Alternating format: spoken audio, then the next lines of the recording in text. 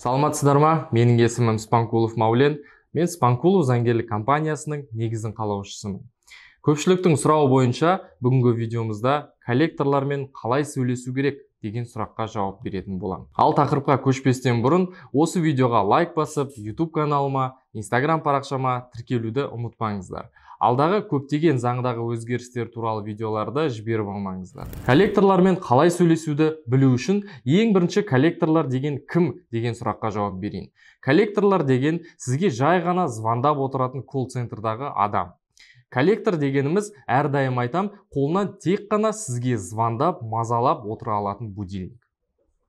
Сіздің қарыздарыңыз осы коллекторларға түсу үшін сіздің банктегі немесе микрокредиттегі қарыздарыңыз 90 күн просрочкадан өтуі керек. Сол кезде ғана сіздің қарыздарыңызды коллекторларға өткізеді.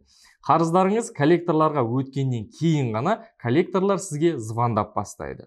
Енді коллекторлармен қалай дұрыс сөйлесу керектігін, сөйлесу кезінде не істеу керектігін және олардан қалай аулақ болу керектігін айтатын боламын. Коллекторлармен қалай дұрыс сөйлесу керек? Коллекторлармен сөйлесу кезінде бірінші кіммен сөйлесіп жатқаныңызды дұрыстап білу керек. Коллекторлар сіз туралы қажет нәрсенің барлығын біледі. Енді ақпарат алу сіздің кезегіңіз. Коллекторлардың аты жөнін, қандай коллекторлық компания, компанияның атын, олардың адресін деген сияқты ақпараттардың барлығын біліп алыңыз. Бұл ақпарат не үшін керек деген сұраққа жауап берейін.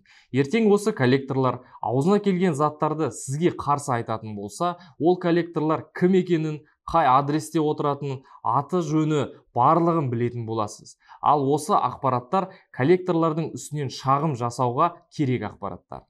Ал енді сізге міндетті түрде көмектесетін коллекторлармен сөйлескен кездегі 5 ереже. Бірінші ереже, сабырлы болыңыз. Коллекторлар сіз сияқты адамдар. Олардың көпшілігі сөйлесуге және қарызды қайтару шарттарын талқылауға ашық. Олармен нақты және тыныш сөйлесіңіз. Дауысыңызды көтермеңіз, алаңдамаңыз. Екінші ереже, қоңырау барысын жазып алыңыз. Мұны телефонмен сөйлескен кезде де, жеке кездескенде де жасауға кеңес беремін.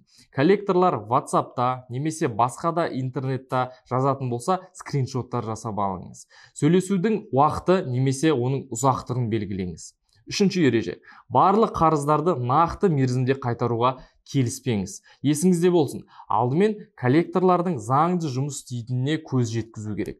Сонымен қатар, олармен сөйлескенде ақшаңызды өзіңізге төлеуге ыңғайлы уақытыңызды айтып, сол айтқаныңыздан қайтпаңыз. Төртінші ереже, не үшін просрочкаға шықтыңыздар, соны айтып түсіндіріңіз. Сіздің себептеріңіз коллекторларға қызықты емес екені түсінікті, бірақ жағдайды түсіндіріп, неге кредит төлемегеніңізді айту керек. Мысалы, жұмыстан босатылдыңыз, немесе форс-мажорлы жағдайлар болып қалды ма дегендей. Бесінші ереже, егер олар сізге қауіп-қатермен хат жазса, қарызыңыз туралы ақпараттарды басқа біреулерге таратса, онда жағдайдың өзі өзгергенше күтпеңіз, дереу шағым жазыңыз. Коллекторлармен сөйлескен кезде не істемеу керек?